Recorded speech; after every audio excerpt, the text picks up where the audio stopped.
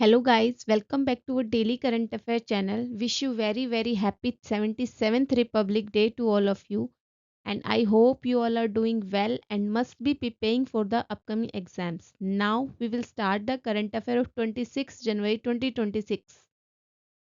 Our first question is, which organization hosted the Republic Day interaction where the Jitendra Singh engaged with the school students to promote the youth led Atal Innovation Mission for Viksit Bharat at the rate 2047? किस संगठन ने 77वें गणतंत्र दिवस के अवसर पर युवा नेतृत्व वाली नवाचार पहल विकसित भारत एट द रेट 2047 के लिए अटल टिंकरिंग लैब के छात्रों के साथ जो है डॉक्टर जितेंद्र सिंह की बातचीत का आयोजन किया है? Option are, option A ministry of education, option number B Niti Aayog, option number C department of science and technology, या option number D ministry of youth affairs.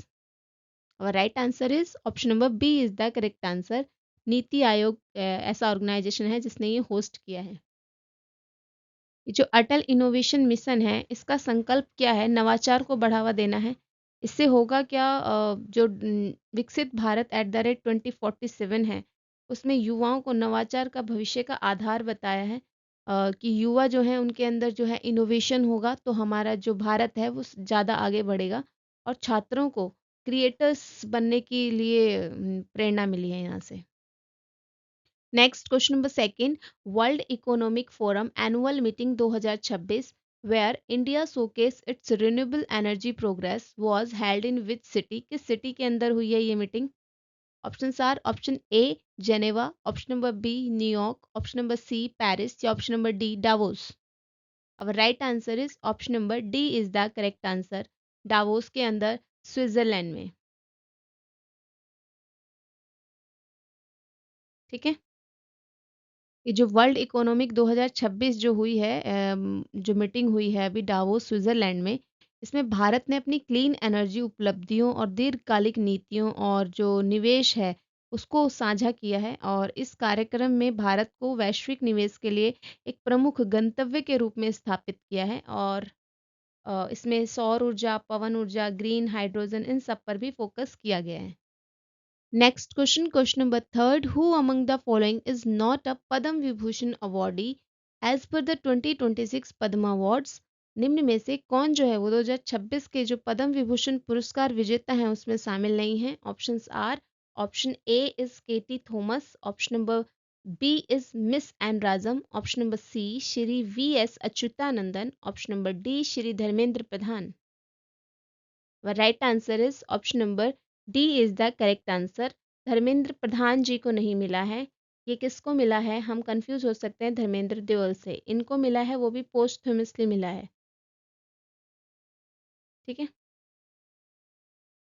अब हम इसको हाईएस्ट ऑर्डर में अगर लगाएं तो सबसे पहले आते हैं आपके पद्म विभूषण अवार्ड्स। ठीक है, सेकंड नंबर पे आते हैं भूषण वाले, और थर्ड पे आते हैं पद्म श्री वाले। ठीक है, ये किस लिए प्रोवाइड होता है? ये होता है एक्सेप्शनल एंड डिस्टिंग्विश सर्विसेज के लिए। ये किस लिए होता है? ये हाईएस्ट ऑर्डर जो डिस्टिंग्विश सर्विस होती है उनके लिए। डिस्टिंग्विश हाईएस्ट या हाई ऑर्डर। और ये किस लिए होता है? ये किसी भी फील्ड में अगर किसी ने अच्छा काम किया है, distinguish services in any field, in any field. ये हमें याद रखना पड़ेगा। ठीक है, पहले आते हैं पद्म विभूषण, फिर आते हैं भूषण, और फिर आते हैं पद्म श्री। भाई ये हैं हमारे पद्म विभूषण वाले अवॉर्डी। ठीक है, विशिष्ट असाधारण और विशिष्ट सेवा का सम्मान के लिए प्रोवाइड किया जाता है, जैसे मैंने आपको पिछली स्लाइड में बताया है। और यहाँ पे जो है धर्मेंद्र सिंह देओल को मिला है कला में, केटी थॉमस को मिला है सार्वजनिक मामलों में। और ये याद रखना है कि इनको पोस्टह्यूमसली मिला है, और इनको दो जो लोग हैं उनको पोस्टह्यूमसली अवार्ड प्रोवाइड किए गए हैं। ठीक है, 2% है वो। कला में कितने लोगों को मिला है? 2 लोगों को मिला है। सार्वजनिक मामलों में कितने को मिला है? 2 लोगों को मिला है। और साहित्य और शिक्षा में कितने लोगों को मिला है? तो सिर्फ 1 लोग को मिला है। वो कौन है? पी नारायण। ठीक है। Next question, question number 4, which operation was launched by the directorate of revenue intelligence to dismantle a mobile mephedrone labs in the Sahyadri range in January 2026? किस अभियान को निदेशालय ऑफ रेवेन्यू जो इंटेलिजेंस ने जनवरी 2026 में सह्याद्री क्षेत्र में मोबाइल मैफेड्रोन लैब्स को बंद करने के लिए लॉन्च किया है? कौन सा ऑपरेशन है? Option are, option A operation clean sweep, option number B operation Sahyadri checkmate, option number C operation drug sealed, या option number D operation white net? Our right answer is option number B is the correct answer. Operation Sahyadri checkmate ये operation चलाया गया है जो Sahyadri range है वहाँ पर जो ये मैफेड्रोन नामक एक ड्रग है, ठीक है, ये वहाँ पे एक लैब चल रही थी, उसको पकड़ लिया गया है, सीज कर लिया गया है। ये जो आपका ऑपरेशन सह्याद्री चेकमेट चलाया गया है, ये कहाँ पर? महाराष्ट्र के अंदर, महाराष्ट्र के अंदर सतारा डिस्ट्रिक्ट, ठीक है। और इसमें है क्या, सह्याद्री की जो पहाड़ियाँ हैं उसमें मोबाइल लैब्स जो मिली हैं कि यहाँ पर जो एक ड्रग बनाया जा रहा था मैफेड्रोन नामक, और कितना यहाँ से मैफेड्रोन पकड़ा गया है, सीज कर लिया गया है, तो 22 kg लगभग इतना ही है। और 71.5 kg जो है यहाँ से कच्चा माल सीज किया गया है, और 5 लोगों की गिरफ्तारी हो गई है। तो ये भी आप ध्यान रखेंगे। ये इसका इफ़ेक्ट क्या होगा इस ऑपरेशन का, कि राष्ट्रीय सुरक्षा को बढ़ावा देना और सार्वजनिक स्वास्थ्य की रक्षा करना। Next question number 5, which tourism project worth 450 crore rupees had its foundation stone laid by the union minister Jyotiraditya Scindia at Dumboor lake Tripura in January 2026? जनवरी 2026 में त्रिपुरा के डूम्बर झील पर किस 450 करोड़ के जो पर्यटन परियोजना है उसका शिलान्यास किया गया है? Option are, option A Chabimura eco tourism project, option number B Tripura spiritual circuit, option number C Matabari tourism circuit, option number D north east heritage corridor? Our right answer is option number C is the correct answer, Matabari tourism circuit. ये जो मातावाड़ी पर्यटन circuit है इसके अंदर ये त्रिपुरा में आध्यात्मिक और इको टूरिज्म को बढ़ाने के लिए स्टार्ट किया गया है, और इसे 450 करोड़ रुपीस की लागत से इसमें क्या हो रहा है, मंदिर जो सुंदरी नामक एक मंदिर है यहाँ पर, सुंदरी नामक एक मंदिर है, उसको और डूम्बर झील को एकीकरण किया जा रहा है यहाँ पर, और उससे टूरिज्म बढ़ेगा और 30% जो है उसमें महिलाओं की भागीदारी बढ़ेगी, और 4 से 5,000 तक नई जॉब अपॉर्चुनिटी यहाँ पर लोगों को प्रोवाइड हो जाएंगी। और ये किस पॉलिसी के तहत हो रहा है, तो एक्ट ईस्ट पॉलिसी जो है उसके तहत पूर्वोत्तर का विकास किया जा रहा है। Next, question number 6. Which publication was released by the Election Commission of India on the 16th National Voters Day in January 2026? 16वें जो राष्ट्रीय मतदाता दिवस के अवसर पर चुनाव आयोग ने कौन सा प्रकाशन जारी किया है? Option A my India my vote, option number B electoral reforms 2025, option number C 2025 a year of initiative and innovations, option number D citizen at the heart of democracy?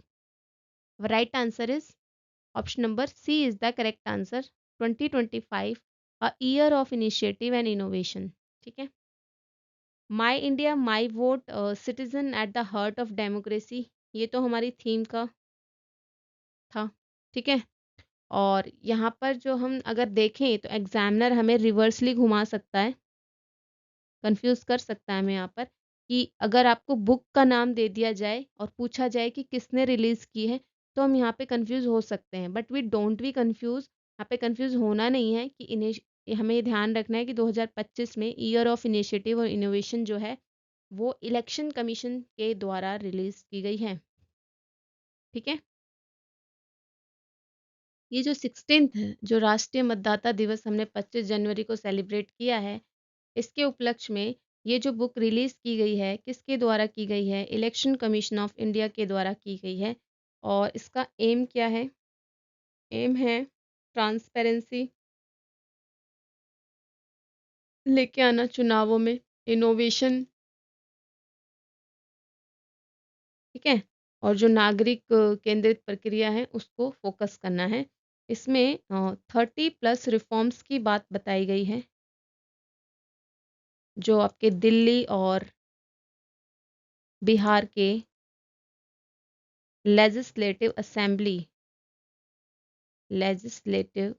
के जो इलेक्शन हुए थे उसके बारे में, असेंबली के elections के बारे में जो रिफॉर्म्स हैं उसके बारे में भी इस पुस्तक में बताया गया है।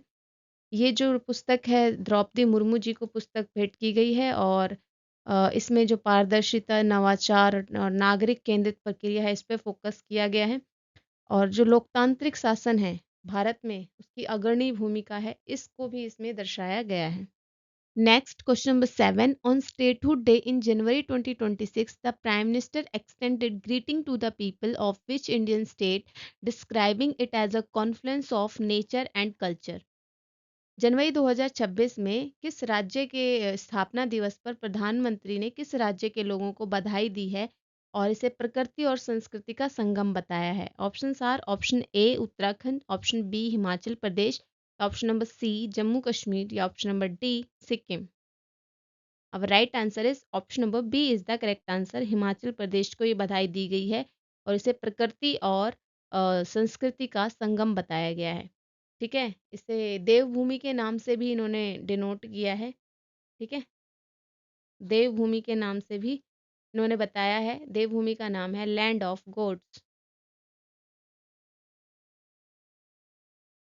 और अगर हम देखें कि इसकी स्थापना हुई कब थी, किस वर्ष में हुई थी, तो 1971 में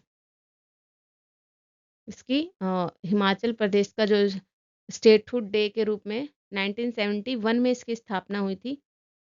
ठीक है, एस्टेब्लिशमेंट कब हुआ था इसका? 1971 में, ये भी हम ध्यान रखेंगे। और इसी के तहत नॉर्थ ईस्टर्न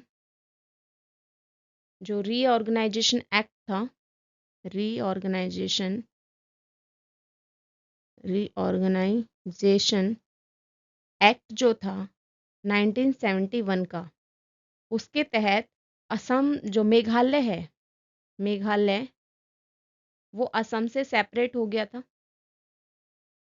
असम से सेपरेट हुआ था। और त्रिपुरा और मणिपुर, ये तीन जो स्टेट हैं ये आपके 1972 में स्टैब्लिश हुए थे और 21 जनवरी को ये अपना स्टेटहुड डे के रूप में मनाते हैं। ठीक है, जो हिमाचल प्रदेश है अपनी स्थापना दिवस 25 जनवरी को सेलिब्रेट करता है और 1971 में इसकी स्थापना हुई थी। और प्रधानमंत्री जो हैं इसको प्रकृति और संस्कृति का संगम बताते हुए इसे देवभूमि का नाम से डिनोट किया है, जिसे लैंड ऑफ गॉड्स कहा। ठीक है, और यहाँ के लोगों के साहस, वीरता और समर्पण की भावना जो है उसकी प्रशंसा की है, और यहाँ के जो देवभूमि के रूप में निरंतर इसकी समृद्धि होती रहे और उज्जवल भविष्य की कामना करते हुए हिमाचल प्रदेश को बधाई दी गई है। Now, these are the one-liner recap as usual provided in bilingual, and today's Padma Award list will be provided on the Telegram channel. If you want to get the PDF, then you can join our Telegram channel, download from there. Telegram link is provided in the description box.